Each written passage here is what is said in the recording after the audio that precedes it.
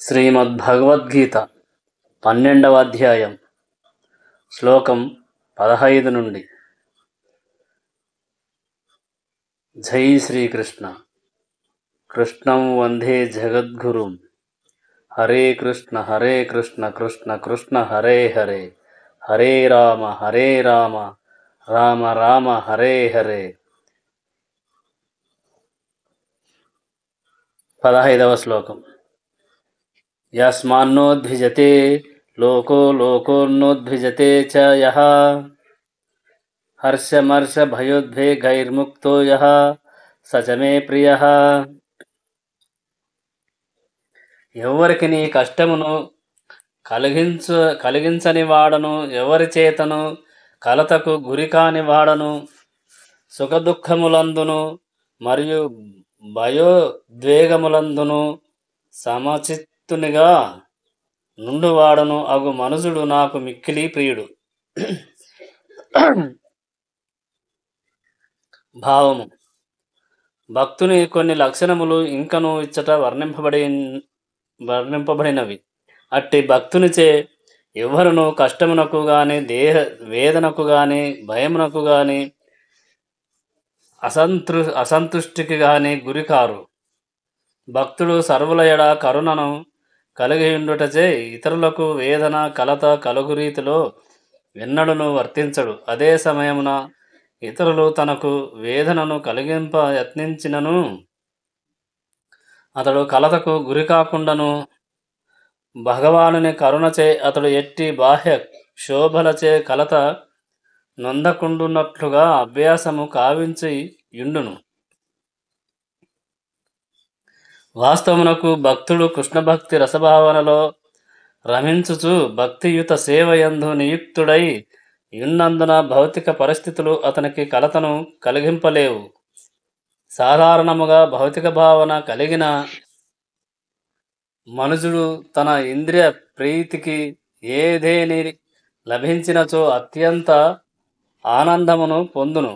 కానీ తన వద్ద లేనివి ఇతరులు తమ ఇంద్రియ ప్రత్యర్థము కలిగియున్నచో అతడు దుఃఖమును అసూయను పొందును.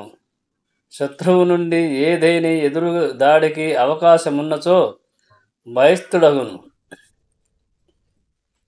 మరియు ఏదేని ఒక కార్యమును విజయవంతముగా నిర్వహింపలేకపోయినచో విషణ్ణుడగును.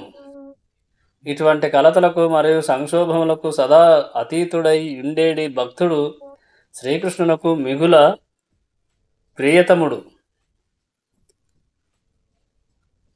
16వ శ్లోకం. అనపేక్షః శుచిర్దక్ష ఉదాసీనో గత వ్యదః సర్వారంభ పరిత్యాగియో మద్భక్తః సమే ప్రియః. సాధారణ కార్యకలాపములు నాశ్రయించినవాడు మిత్రుడను, సమర్థుడను, ఉదాసీనుడను, సర్వవ్యధుల నుండి ముక్తుడైన వాడను, ఏదేని ఫలము కొరకై తీవ్ర కృషి చేయని వాడను అగు నా భక్తుడు నాకు మిగుల ప్రియుడు. భక్తునకు ఎవరైనా ధనమును అర్పించవచ్చును, కానీ అతడు మాత్రం దానిని పొందుటకై ఆరాటపడరాదు. భగవానుని కరుణచే ఒకవేళ ఆ ప్రయత్నముగా ధనము లభించినచో అతడు పొంగిపోడు.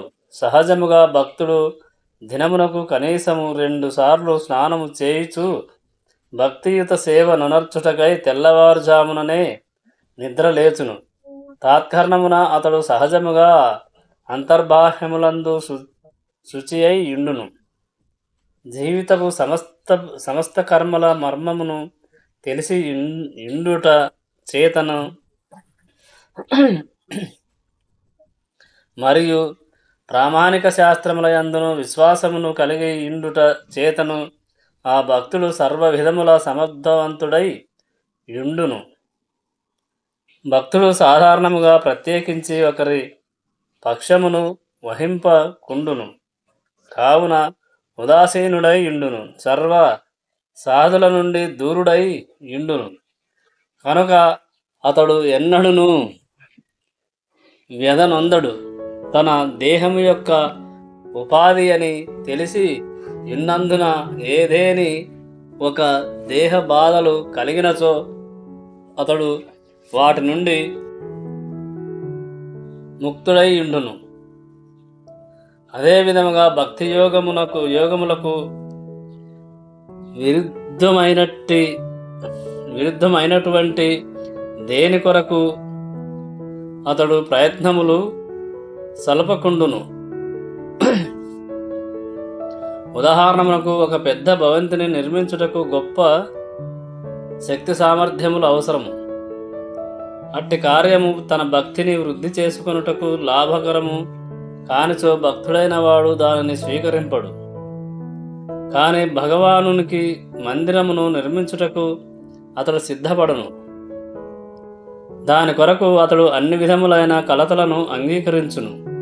కానీ తన వారి కొరకు ఆ భవంతి నిర్మాణమును చేపట్టడు. 17వ శ్లోకం. ఏన హుష్యతి నద్వేషి నశోచతి నకాంక్షతి శుభ పరిత్యాగి భక్తిమాన్ యః సమే ప్రియః. ఉప్పొంగుట గాని దుఃఖించుట గాని తెలియనివాడు, శోకించుట గాని వాంఛించుట గాని ఎరుగనివాడు, శుభాశుభములు రెండింటినీ త్యాగము చేసిన వాడును అగు భక్తుడు నాకు మిక్కిలి ప్రియుడు. భావం. శుద్ధ భక్తుడు విషయ పరములైన లాభ నష్టములందు హర్షశోకములను ప్రకటింపడు. పుత్రుని గాని శిష్యుని గాని పొందవలననేది ఆతృతను అతడు కలిగి ఉండడు. అలాగుననే వారిని పొందినందుకు చింతను సైతము కలిగి ఉండడు. తనకు మిగుల ప్రియమైనది కోల్పోయినప్పుడు అతడు శోకింపడు. అదేవిధముగా కోరినది పొందినప్పుడు అతడు కలత నొందడు. అట్టి భక్తుడు సర్వ శుభములకు అశుభములకు మరియు పాపకార్యముల నేడి విషయములకు అతీతుడై ఉండును. శ్రీకృష్ణ భగవాని ప్రత్యర్థము అన్ని రకముల కష్టములకును అతడు వెనుదీయడు. అతని భక్తి నిర్వహణలో ఏదీను అవరోధము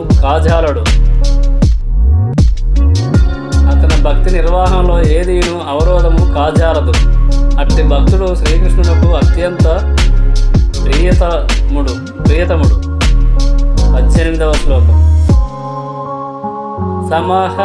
సమః శత్రౌ చ మిత్రే చ తథా మానపామానయోః శీతోష్ణ సుఖ దుఃఖేషు సమః సద్య వివర్జితః. 19వ శ్లోకం.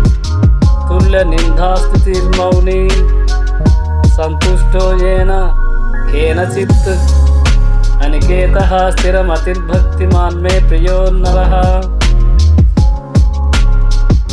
శత్రుమిత్రులయడ సమభావము కలిగిన వాడును మాన అవమానములందు శీతోష్ణములందు సుఖదుఖములందు నిందాస్తుతులయందు సమబుద్ధి కలిగిన వాడును అసత్సంగము నుండి సదా విడివడి ఇండువాడును సదా మౌని అయిన వాడను దేని చేతనైనను సంతుష్టి నొందినవాడును నివాసమేదైనను లెక్క చేయని వాడును జ్ఞానమునందు స్థిరుడైన వాడును నా భక్తియుత సేవయందు నియుక్తుడైనట్టి వాడును అగు మనుషుడు నాకు అత్యంత ప్రియుడు. భావము. భక్తుడు సమస్త దుష్ట సంఘము నుండి సదా దూరుడై ఉండును. ఒకప్పుడు పొగడుట మరి ఒకప్పుడు నిందించుట అనున్నది మానవ సంఘము నైజము. కానీ భక్తుడు అట్టి కృత్రిమములైన మానవమానములకు సుఖ దుఃఖములకు సదా అతీతుడై ఉండును. అతడు గొప్ప సహనవంతుడై ఉండును. కష్టపరములకు విషయములను తప్ప అన్యమైన అన్యమైనదేదియును పలకకుండును. కావున అతడు మౌని ఎనబడును. మౌనముగా భాషింపకుండుట అని భావము కాదు. అసంబంధములైన విషయములను మాట్లాడుకుండుటయే మౌనము. వాస్తవమునకు ప్రతి ఒక్కరూ అవసరమైన విషయములనే మాట్లాడవలెను. శ్రీకృష్ణ భగవానుని గూర్చి మాట్లాడటయే భక్తునకు అత్యంత అవసరమైన పలుకు కాగలదు. అటువంటి భక్తుడు సర్వవేళలా ఆనందమయుడై ఉండును. భుజించుటకు కొన్ని మార్లు అతడు రుచిగల పదార్థములను పొందవచ్చును, మరికొన్ని మార్లు పొందకపోవచ్చును. కానీ అతడు మాత్రం సదా సంతుష్టి నొందియుండును. అతడు నివాసమెట్టిదైనను లెక్క చేయడు. కొన్ని మార్లు అతడు చెట్టు క్రింద వసించవచ్చును, మరికొన్ని మార్లు విలాసవంతమగు భవంతిలో నివసించవచ్చును. కానీ అతడు ఆ రెండింటి ఎడను ఆకర్షితుడు కాడు. తన నిశ్చయమున మరియు జ్ఞానమున స్థిరుడై ఇండుటచే అతడు స్థిరుడనియు పిలువబడును. భక్తుల ఈ గుణవర్ణనలో కొన్ని పునరుక్తులు కనబడినను ఈ గుణములనన్నింటినీ భక్తుడైన వాడు తప్పక సంపాదించవలనని నొక్కి చెప్పుటయే దాని ప్రయోజనమై ఉన్నది. శుభలక్షణములు లేనిదే ఎవ్వరును శుద్ధ భక్తులు కాజాలరు. హరావ భక్తస్య కుతో మహాద్గుణః అనగా భక్తుడు కానివానికి శుభలక్షణములు ఉండజాలవు. కనుక భక్తునిగా గుర్తింపబడు గోరువాడు శుభలక్షణములను వృద్ధి పరుచుకొనవలెను. కానీ వాస్తవమునకు ఈ గుణములను పొందుటకు భక్తుడు బాహ్యముగా యత్నింపనవసరము లేదు. కృష్ణభక్తి భావన యందు మరియు భక్తి యుత సేవ యందు నిమగ్నత ఆ గుణములను వృద్ధి చేసుకొనుటకు ఆ ప్రయత్నముగా అతనికి సహాయభూతమగును. 20వ శ్లోకం. ఏతు ధర్మామృతమిదం యదోక్తం పర్యుపాసతే శ్రద్ధధానా మత్పరమా భక్తాస్తేన తీవ మే ప్రియః.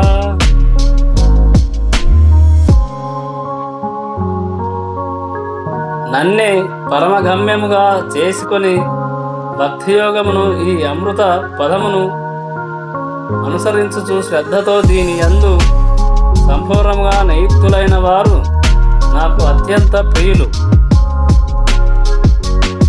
భావము. ఈ అధ్యాయపు 2వ శ్లోకము. మయ్యావేశ్య మనోయేమాం, మనస్సును నాయందే సంలగ్నము చేసి నుండి చివరే ఈ శ్లోకము. ఏతు ధర్మామృతమిదం, ఈ నిత్య సేవాధర్మము వరకు కృష్ణ భగవానుడు తనను చేరుటకు గల దివ్య సేవా పద్ధతులను వివరించెను. భక్తి యుక్త సేవా కార్యక్రమములు శ్రీకృష్ణునకు అత్యంత ప్రియమములై ఉన్నవి. వాని యందు నియుక్తుడైన మనుషుని అతడు ప్రేమతో అనుగ్రహించును. నిరాకార బ్రహ్మ మార్గము నందు నిమగ్నుడైన వాడు ఉత్తముడా లేక పూర్ణ పురుషోత్తముడగు భగవానుని ప్రత్యక్ష సేవలో నియుక్తుడైన వాడు ఉత్తముడా అను ప్రశ్నను అర్జునుడు లేవదీసి ఉండెను. అర్జునుని అట్టి ప్రశ్నకు శ్రీకృష్ణుడు తన భక్తియుత సేవయే ఆత్మానుభవమునకు గల వివిధ పద్ధతులలో అత్యంత శ్రేష్టమైనది అనుటలో ఎట్టి సందేహము లేదని స్పష్టముగా సమాధానమొసగినాడు. అనగా సత్సంగము ద్వారా మనుషుడు శుద్ధ భక్తి యోగము నెడ అభిరుచిని వృద్ధి చేసుకొనుననియు తద్వారా అతడు ఆధ్యాత్మిక గురువును స్వీకరించి ఆయన నుండి శ్రవణము కీర్తనములను చేయుటను ఆరంభించి శ్రద్ధ అనురాగము భక్తిభావములతో భక్తి యోగమందలి నియమ నిబంధనలను పాటించుచు శ్రీకృష్ణ భగవానుని దివ్య సేవలో నియుక్తుడు కాగలడనియు ఈ అధ్యాయమున నిర్ణయించబడినది. ఈ భక్తి మార్గమే ఈ అధ్యాయమున ఉపదేశింపబడినది కనుక భక్తి యోగం ఒకటి ఆత్మానుభవమునకు శ్రీకృష్ణ భగవానుని పొందుటకు ఏకైక మార్గమనుటలో ఎట్టి సందేహము లేదు. ఈ అధ్యాయమున తెలుపబడినట్లు పరతత్వపు నిరాకార భావన మనునది మనుజుడు ఆత్మానుభూతి వరకు శరణమునందుట వరకు మాత్రమే ఉచితమైనది. అనగా భక్తులతో సహచర్యమును పొందుటకు అవకాశము కలగనంత వరకు మాత్రమే నిరాకార భావనము లాభదాయకము కాగలదు. పరతత్వపు నిరాకార భావనలో మనుషుడు ఆత్మానాత్మ విచక్షణ కొరకు ఫలాసక్తి రహితముగా కర్మ చేయుచు ధ్యానించుచు జ్ఞాన సముపార్జనము చేయును. శుద్ధ భక్తుని సాంగత్యము పొందనంత వరకు మనుషునికి ఇది అవసరము. కానీ అదృష్టవశాత్తు ఎవరైనా కృష్ణ భక్తి భావనలో భక్తియుత సేవ యందు ప్రత్యక్షముగా నియుక్తమగు కోరికను వృద్ధి చేసుకునినచో ఆత్మానుభవమునందు క్రమముగా ఒక మెట్టు నుండి వేరొక మెట్టుకు పురోగమించనవసరము లేకుండును. భగవద్గీత యందలి ఈ నడుమ 6 అధ్యాయములలో వర్ణింపబడిన రీతి భక్తియుత సేవ మిక్కిలి అనుకూలమైనది. శ్రీకృష్ణ భగవానుని కరుణచే సర్వమును ఆ ప్రయత్నముగా కొనగూడును. కనుక అట్టి భక్తియుత సేవయందు నియుక్తుడైన వాడు దేహపోషణ నిమిత్తమై చింతనందనవసరము లేదు. శ్రీమద్ భగవద్గీత యందలి భక్తియోగము అను ద్వాదశాధ్యాయమునకు భక్తి వేదాంత భాష్యము సమాప్తము. 20వ శ్లోకంతో ఇంతటితో 12వ అధ్యాయం సమాప్తం. ఇక్కడి నుండి 13వ అధ్యాయం త్రయోదశాధ్యాయము ప్రకృతి పురుషుడు చైతన్యము. 1-2వ శ్లోకం. అర్జున ఉవాచ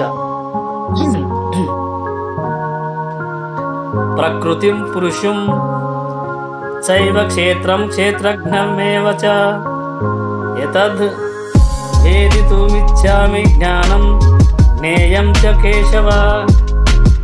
ఇది 1వ శ్లోకం. 2వ శ్లోకం.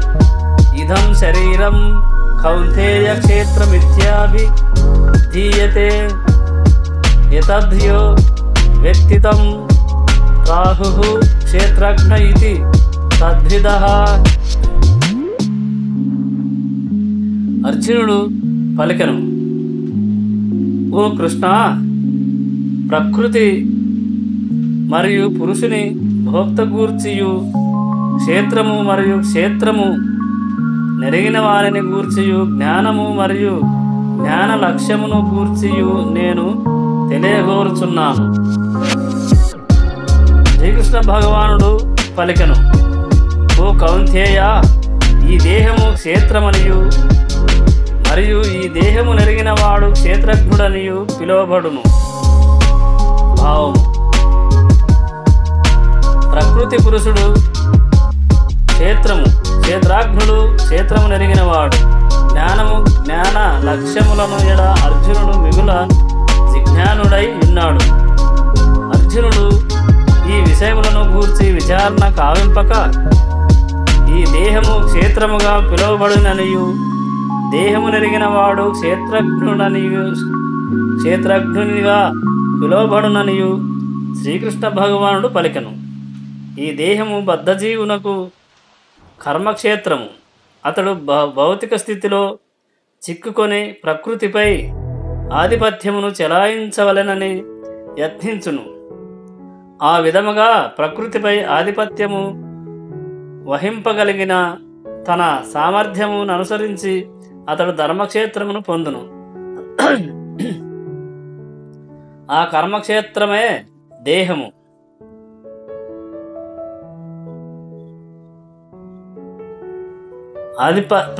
ఆ విధముగా ప్రకృతిపై ఆధిపత్యమును వహింపగలిగిన తన సామర్థ్యమును అనుసరించి అతడు కర్మక్షేత్రమును పొందును. ఆ కర్మక్షేత్రమే దేహము. ఇక దేహమనగా ఇంద్రియములను కూడినట్టుది. బద్ధజీవుడు ఇంద్రియ సుఖమును అనుభవింపగోరును. ఆ ఇంద్రియ సుఖమును అనుభవించుటకు గల సామర్థ్యము అనుసరించి అతనికి ఒక దేహము అనగా కర్మక్షేత్రము వసగబడును. కనుకనే దేహము బద్ధజీవుని కర్మక్షేత్రమని పిలువబడును. అట్టి దేహము నెరిగినవాడు క్షేత్రజ్ఞుడని పిలువబడును. క్షేత్రమునకు మరియు క్షేత్రజ్ఞునకు నడుమగల భేదమును అనగా దేహమునకు మరియు దేహము నెరిగిన వానికి నడుమ భేదమును అవగాహన చేసుకొనుట కష్టమైన విషయము కాదు. ఉదాహరణకు బాల్యము నుండి వృద్ధాప్యము వరకు దేహమునందు అనేక మార్పులు జరుగుతున్నను దేహదారి మాత్రం మార్పు లేక ఉండును. అనగా క్షేత్రమునకు మరియు క్షేత్రము నెరిగిన వానికి భేదము కలదు. ఈ విధముగా బద్ధజీవుడు తాను దేహము కన్నను అన్యమైన వాడినని తెలియగలడు. జీవుడు దేహమునందు స్థితిని కలిగియుండునని ఆ దేహము శైశవము నుండి బాల్యము నుండి యౌవనమునకు, యౌవనము నుండి వృద్ధాప్యమునకు మార్పు చెందుననియు మరియు దేహదారి దేహ యజమాని తన దేహము అట్లు మార్పు చెందునని తెలియుననియు ఆదిలో దేహీనోస్మిన్ అను శ్లోకము ద్వారా తెలుపబడినది. అనగా దేహమునకు యజమాని క్షేత్రజ్ఞుడు. నేను సుఖిని, నేను పురుషుడను, నేను స్త్రీని, నేను సునఖమును, నేను మార్జాలమును అను భావములు ఆ క్షేత్రజ్ఞుని ఉపాధులు మాత్రమే. కానీ వాస్తవమునకు క్షేత్రజ్ఞుడు దేహమునకు అన్యుడు. దేహమునకు వస్త్రముల వంటి పెక్కింటిని మనము ఉపయోగించినను వాటి కన్నను మనము అన్యులమని మనకు తెలియను. అదేవిధముగా కొద్దిపాటి ఆలోచనచే మనము దేహము కన్నను అన్యులమని స్పష్టముగా నెరగగలము. అనగా దేహమునకు యజమాని నేను లేదా నీవు లేదా ఎవరైనను, క్షేత్రజ్ఞుడనియు కర్మక్షేత్రము నెరిగినవాడని మరియు దేహము క్షేత్రమనియు కర్మ క్షేత్రమని పిలువబడును. భగవద్గీత యందలి మొదటి 6 అధ్యాయములందు దేహము నెరిగిన వానిని జీవుడు గూర్చియు మరియు ఎట్టి స్థితిలో అతడు దేవుని ఎరుగగలడనేది విషయమును గూర్చియు విశదముగా వర్ణింపబడినది. నడుమ 6 అధ్యాయములలో భగవానుని గూర్చియు భక్తియుక్త సేవా విషయమున ఆత్మ పరమాత్మ నడుమ గల సంబంధమును గూర్చియు వివరింపబడినది. దేవదేవుడైన శ్రీకృష్ణుని పరమోత్తమ స్థితి, పరమతంత్రుడైన జీవుని స్థితి ఆ అధ్యాయములందు నిశ్చయముగా తెలుపబడినది. అన్ని పరిస్థితులయందు జీవులు పరతంత్రులైనను మరుపు కారణముగా వారు బాధల నొందుతున్నారు. కానీ పుణ్య కర్మలచే వారు జ్ఞానవంతులైనతో ఆర్తులు, జిజ్ఞాసులు, అర్థార్థులు, జ్ఞానులు అనేటి వివిధ స్థాయిలలో దేవదేవుని దరి చేరగలరనియు తెలుపబడినది. ఇప్పుడు ఈ త్రయోదశాధ్యాయము నుండి ఏ విధముగా జీవుడు ప్రకృతి సంపర్కమునకు వచ్చునో మరియు ఏ విధముగా అతడు ప్రకృతి బంధము నుండి శ్రీకృష్ణ భగవానుని కరుణచే కామ్య కర్మలు జ్ఞాన సముపార్జనము భక్తియుత సేవ అనేటి వివిధ విధానముల ద్వారా ముక్తుడగునో వివరింపబడినది. జీవుడు వాస్తవమునకు సంపూర్ణముగా దేహము కన్నను అన్యుడైనను ఏదియో ఒక కారణమున చేత అతడు దానితో సంబంధము కలవాడగుననేది విషయము సైతము వివరింపబడినది. 3వ శ్లోకం. క్షేత్రజ్ఞం చాపి మాం విద్ధి సర్వక్షేత్రేషు భారత క్షేత్రజ్ఞ యోరో జ్ఞానం యథాజ్ఞానం మతం మమ. ఓ భరతవంశీయుడా, సర్వదేహములందును నేను కూడా క్షేత్రజ్ఞుడనని నీవు తెలిసి కొనుము. దేహమును మరియు దాని నెరిగిన క్షేత్రజ్ఞుని అవగాహన చేసుకొనుటయే జ్ఞానమని నా అభిప్రాయము. దేహము మరియు దేహము నెరిగిన వాని గూర్చియు ఆత్మ మరియు పరమాత్మని గూర్చియు చర్చించినప్పుడు భగవానుడు జీవుడు భౌతిక పదార్థమనేది 3 అంశములు మనకు గోచరించును. ప్రతి కర్మక్షేత్రమునందును ప్రతి దేహమునందును కర్మక్షేత్రమనగా దేహము, జీవాత్మ పరమాత్మలను 2 ఆత్మలు గలవు. అట్టి పరమాత్మ రూపము తన ప్రధాన విస్తృతాంశమైనందున శ్రీకృష్ణ భగవానుడు నేను కూడా క్షేత్రజ్ఞుడను కాని దేహమునందలి వ్యక్తిగత క్షేత్రజ్ఞుడను కాను. పరమాజ్ఞాత అయిన నేను పరమాత్మ రూపమున ప్రతి దేహమునందును వసించుయున్నాను అని పలికెను. భగవద్గీత దృష్ట్యా ఈ కర్మక్షేత్రమును మరియు కర్మక్షేత్రము నెరిగిన వారిని గూర్చిన విషయమును సూక్ష్మముగా అధ్యయనము చేయువాడు సంపూర్ణ జ్ఞానమును పొందగలడు. ప్రతి దేహమునందును నేను కూడా క్షేత్రజ్ఞుడనై యుందును అని శ్రీకృష్ణ భగవానుడు పలికియున్నాడు. అనగా జీవుడు తన దేహమును గూర్చి మాత్రమే ఎరిగియుండును. ఇతర దేహములో జ్ఞానమతనికి ఉండదు. కానీ సర్వదేహముల యందు పరమాత్మ రూపమున వసించు శ్రీకృష్ణ భగవానుడు మాత్రం సర్వదేహములను గూర్చిన సమస్త విషయములను మరియు వివిధ జీవ జాతుల వివిధ దేహములను సంపూర్ణముగా ఎరిగియుండును. దేశ పౌరుడు తనకున్న కొద్దిపాటి స్థలమును గూర్చిన జ్ఞానమునే కలిగి ఉండవచ్చును. కానీ దేశమునేలేడి రాజు తన రాజ ప్రసాదమునే గాక పౌరులు కలిగియున్న ధన సంపత్తులన్నింటినీ తెలిసియుండును. అదే విధముగా జీవుడు వ్యక్తిగతముగా ఒక దేహమునకు యజమాని కావచ్చును. కానీ భగవానుడు సర్వదేహములకు యజమాని. రాజ్యమునకు దేశమునే లేడి రాజు పౌరుని వలె ఆ ప్రధాన యజమానుడు గాక ప్రధాన యజమానుడైనట్లు దేవదేవుడు సర్వదేహములకు ఇవి యజమాని అయి ఉన్నాడు. దేహము ఇంద్రియములను కూడియుండును. అట్టి ఇంద్రియములను నియమించేడివాడు కనుకనే దేవదేవుడు ఋషికేశుడని పిలువబడును.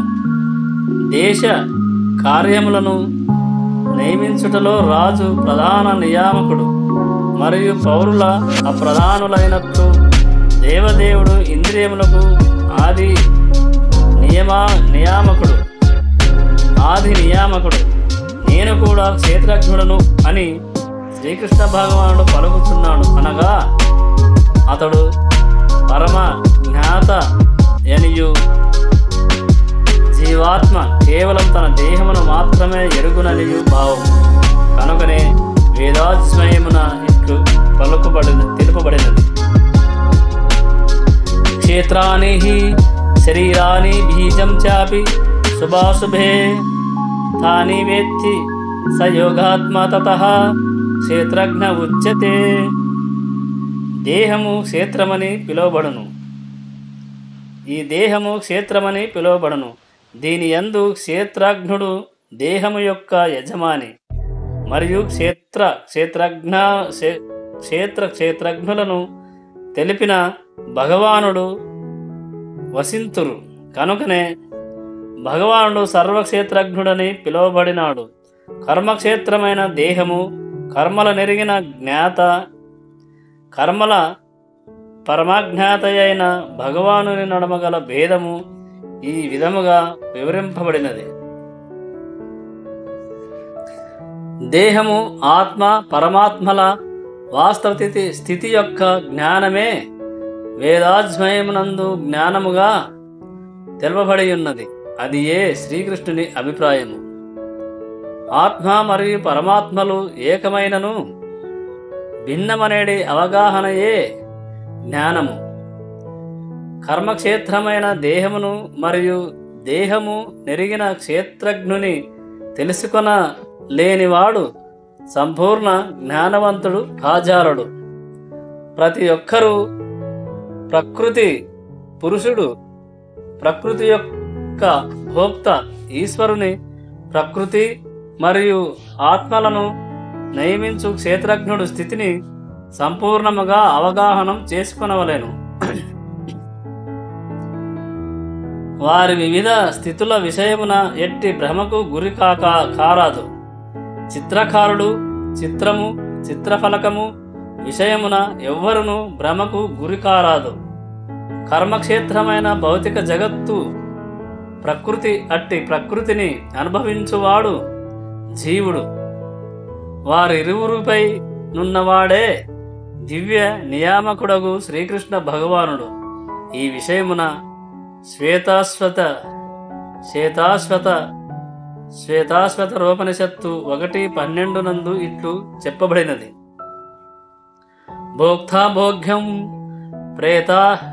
ప్రేరితారం చ మత్వా సర్వం ప్రోక్తం త్రివిధం బ్రహ్మ మేతత్. బ్రహ్మ భావములు 3 విధములుగా గలవు. ప్రకృతియే కర్మక్షేత్ర రూపమున బ్రహ్మము. జీవుడు సైతము బ్రహ్మము. అతడు ప్రకృతిని నియమించ యత్నించును. ప్రకృతి మరియు జీవుడు ఇరువురిని నియమించువాడు కూడా బ్రహ్మమే. కానీ అతడే నిజమైన నియామకుడై ఉన్నాడు. క్షేత్రమునెరిగిన ఇరువురు క్షేత్రజ్ఞులలో ఒకడు చ్యుతుడనియు ఇంకొకడు అచ్యుతుడనియు పత్రము చెందినవాడు. ఈ అధ్యాయమున చ్యుతుడు అచ్యుతుడని ఈ అధ్యాయమున వివరింపబడును. ఒకడు దివ్యుడు కాగా మరొకడు పరాధీనుడై ఉన్నాడు. ఈ ఇరువురు క్షేత్రజ్ఞులు ఏకమేనని భావించేటి వారు నేను కూడా క్షేత్రజ్ఞుడను అని అతి స్పష్టముగా పలుకు భగవానుని వచనములను నిరాకరించిన వారగుదురు. త్రాడును చూసి పామని భ్రమించువారు జ్ఞానహీనులు. వాస్తవమునకు పలు విధములైన దేహములు మరియు పలు విధములైన దేహ యజమానులను గలరు. భౌతిక ప్రకృతిపై ఆధిపత్యము చెలాయించుటకు ప్రతి జీవియు తన వ్యక్తిగత సామర్థ్యమును కలిగి ఉన్నందునే ఈ వివిధ దేహములు ఏర్పడుచున్నవి. కానీ వాటన్నింటి యందును భగవానుడు దివ్య నియామకుడని రూపమున నిలిచి ఉన్నాడు. కనుకనే ఈ శ్లోకమునందలి చ అను పదము మహత్వ పూర్ణమై సర్వదేహములను సూచించుచున్నదని శ్రీల బలదేవ విద్యాభూషణులు అభిప్రాయపడిరి. అనగా ప్రతి దేహమునందును జీవాత్మతో పాటుగా శ్రీకృష్ణుడు పరమాత్మ రూపమున నివసించి ఉన్నాడు. అట్టి పరమాత్ముడు క్షేత్రమునకు మరియు దాని భోక్తకు నియామకుడని శ్రీకృష్ణ భగవానుడు స్పష్టముగా తెలుపుచున్నాడు. 4వ శ్లోకం. తత్ క్షేత్రం యాదృక్చ యద్వికారి యతచ్చయత్ సచయో యత్ప్రభావచ్చ తత్ సమాసేన మే శృణు. ఇప్పుడు క్షేత్రమును, అది నిర్మింపబడిన విధానమును, దాని అందలి మార్పులను, దేని నుండి అది ఉద్భవించినదనేది విషయమును, క్షేత్రజ్ఞుడు మరియు అతని ప్రభావములను గూర్చిన నా సంక్షేపవర్ణనను ఆలకింపుము. భావము: కర్మక్షేత్రము మరియు కర్మక్షేత్రపు జ్ఞాతయైన క్షేత్రజ్ఞుని సహజ స్థితిని శ్రీకృష్ణ భగవానుడు ఇచ్చట వర్ణించుచున్నాడు. ఏ విధముగా ఈ దేహము నిర్మింపబడుచున్నది, ఏ మూలకములచే ఇది ఏర్పడుచున్నది, ఎవరిని నియామకమున ఇది పనిచేయుచున్నది, దీని అందలి మార్పులు ఎట్లు కలుగుచున్నవి, ఆ మార్పులు ఎచ్చట నుండి కలుగుచున్నవి, అట్టి మార్పులకు కారణము మరియు హేతువులేవి, ఆత్మ యొక్క చరమగమ్యమేది, ఆత్మ యొక్క నిజరూపమేది అనేటి విషయములను ప్రతి ఒక్కరూ తెలుసుకొనవలసి ఉన్నది. అంతేగాక జీవాత్మకు పరమాత్మకును నడమగల భేదము, వారి ప్రభావములు, సామర్థ్యములు కూడా మనుషుడు ఎరిగి ఉండవలెను. అందులకు శ్రీకృష్ణ భగవానుడు ప్రత్యక్షముగా ఉపదేశించిన శ్రీ భగవద్గీతను అవగతము చేసుకొనిన చాలును. అంతటా సర్వము సుస్పష్టము కాగలదు. కానీ ఎల్ల దేహముల యందున్న భగవానుడు జీవాత్మతో సమానుడని ఎవ్వరును భావింపరాదు. అట్టి భావనము శక్తిమంతుడనైన వానిని శక్తిహీనునితో సమానము చేయుటయే కాగలదు. 5వ శ్లోకము. ఋషిభిర్బహుదా గీతం ఛందోభిర్వి విదైః పృథక్ బ్రహ్మసూత్ర పదైచ్ఛవ హేతుమద్భిర్వి నిశ్చితైః. క్షేత్రము, క్షేత్రజ్ఞులను గూర్చిన ఆ జ్ఞానము పలువురు ఋషులచే వివిధ వేద గ్రంథములందు వర్ణింపబడినది. అట్టి జ్ఞానము విశేషముగా వేదాంత సూత్రములందు కార్యకారణములతో హేతుబద్ధముగా ప్రకటింపబడినది. భావము: ఈ క్షేత్రజ్ఞ జ్ఞానమును విశదీకరించుటలో దేవదేవుడైన శ్రీకృష్ణుడే వాస్తవమునకు అత్యున్నత ప్రామాణికుడై ఉన్నాడు. అయినను సామాన్య ఆచారము ప్రకారము విద్వాంసులు మరియు ప్రామాణికులైన వారు సర్వదా ఏ విషయమును గూర్చి అయినను పూర్వపు ఆచార్యుల వచనములను నిదర్శనములుగా చూపుదురు. కనుక ఇచ్చట శ్రీకృష్ణుడు ఆత్మ పరమాత్మల అతి వివాదాస్పదమైన ద్వైతాద్వైత విషయములను ప్రామాణికమైనవిగా అంగీకరింపబడిన వేదాంత సూత్రములకు అన్వయించుచు వివరించుచున్నాడు. కనుకనే తొలుత అతడు ఇది పలువురు ఋషుల అభిప్రాయము ననుసరించి యున్నది అని పలికియుండెను. అట్టి ఋషులలో వేదాంత సూత్ర కర్తయైన వ్యాసదేవుడు గొప్ప ఋషి. ఆ వ్యాసదేవుని వేదాంత సూత్రములలో ద్వైతత్వము పూర్ణముగా విశదీకరింపబడినది. వ్యాసదేవుని జనకుడైన పరశురాముని సైతము గొప్ప ఋషి అయిన ఆయన తన ధర్మగ్రంథములలో అహం త్వం చ తధాన్యే అని రచించియుండెను. అనగా నేను, నీవు, ఇతర జీవులనేది మనమందరము భౌతిక దేహముల ఎందున్నను వాస్తవమునకు దివ్యులమే. కానీ ప్రస్తుతము మన వివిధ కర్మల కారణముగా మనము వివిధ ప్రకృతి జన్య గుణములచే బంధితులమైనాము. తత్కారణముగా కొందరు ఉన్నత గుణ స్థితిలో, మరికొందరు అధమనైజములో నిలిచియున్నారు. కానీ ఈ ఉన్నత అధమ స్వభావములను అనునవి అజ్ఞాన జనితములు. అవియే అసంఖ్యాక జీవరాశులుగా ప్రకటమగుచుండును. కానీ చ్యుతి లేనటువంటి పరమాత్ముడు మాత్రం ప్రకృతిజన్య త్రిగుణములచే ఆ పవిత్రుడుగాక దివ్యుడై ఉన్నాడు.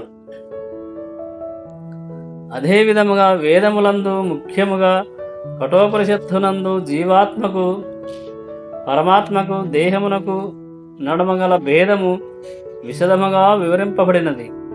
ఈ విషయములను ఇంకను పలువురు మహర్షులు వివరించియుండిరి. వారందరిలో పరశురాముని ప్రముఖునిగా పరిగణింపబడినాడు.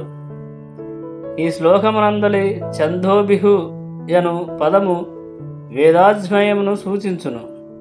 ఉదాహరణమునకు యజుర్వేద శాఖ అయిన తైత్తిరి యోపనిషత్తు ప్రకృతిని, జీవుని, భగవానుని గూర్చి వివరించుచున్నది. ఇదివరకే తెలుపబడినట్లు దేహము, కర్మక్షేత్రము, ఆత్మ మరియు పరమాత్మ అను ఇరువురు క్షేత్రజ్ఞులు దాని యందు గలరు. ఈ విషయముననే తైత్తిరీయోపనిషత్తు 2:9 బ్రహ్మపుచ్చం ప్రతిష్టాయని పలికినది. అన్నమయము అని పిలువబడు భగవానుని ఒక శక్తి ప్రకటము కలదు. అనగా జీవనము కొరకు ఆహారముపై ఆధారపడట అని భావము. వాస్తవమునకు ఇది పరమపురుషుని గూర్చి భౌతికానుభవము. పరతత్వమును ఆహారమునందు అనుభూతి మునర్చుకొనిన పిమ్మట ప్రాణమయము నందు దానిని జీవలక్షణములతో అనుభూత మునర్చుకొనవచ్చును. ఇక జ్ఞానమయము నందు అనుభూతి ఎనునది జీవలక్షణములను దాటి ఆలోచన, అనుభవం, కోరిక ఎను వానిని చేరును. ఆ పిదప విజ్ఞానమయము అని పిలువబడు బ్రహ్మభావనలో జీవుని నిజతత్వము అని అతని మనస్సు మరియు జీవలక్షణముల నుండి వేరు పరపబడును. ఆ తరువాతిదే దివ్యానంద స్వభావపు అనుభూతి అయిన ఆనందమయము అనేది దివ్యస్థితి. బ్రహ్మానుభూతిలో గల ఈ 5 స్థితులే బ్రహ్మపుచ్చము అని తెలియబడును. ఈ 5 మొదటిది మూడైన అన్నమయ, ప్రాణమయ, జ్ఞానమయమును స్థితులు జీవుల కర్మక్షేత్రములకు సంబంధించినవై ఉన్నవి. ఆనందమయుడు అని పిలువబడు భగవానుడు ఈ జీవుల కర్మక్షేత్రములకు అతీతుడై ఉండును. వేదాంత సూత్రము కూడా పరమపురుషుని వర్ణించుచు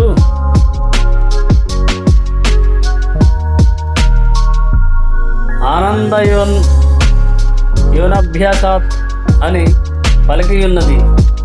అనగా దేవదేవుడు సహజముగా ఆనందపూర్ణుడు.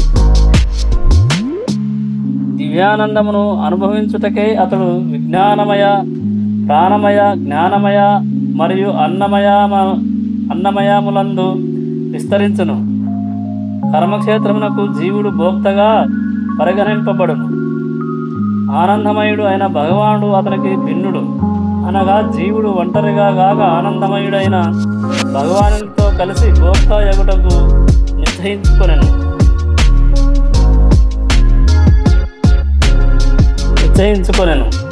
పరిపూర్ణుడు కాగలడు. దివ్య క్షేత్రజ్ఞునిగా భగవానుని తత్వం, పరతంత్ర క్షేత్రజ్ఞునిగా జీవుని తత్వం, కర్మక్షేత్రం యొక్క స్వభావములు నిజ చిత్రము ఇదియే. ఈ వీడియో విన్నవారు మీరు ఇంకో 10 మందికి ఈ జ్ఞానమును పంచుదురని మా మనవి. హరే కృష్ణ హరే కృష్ణ కృష్ణ కృష్ణ హరే హరే. హరే రామ రామ రామ హరే హరే. జై శ్రీకృష్ణ, జై శ్రీరామ్. ఓం కృష్ణం వందే జగద్గురుం.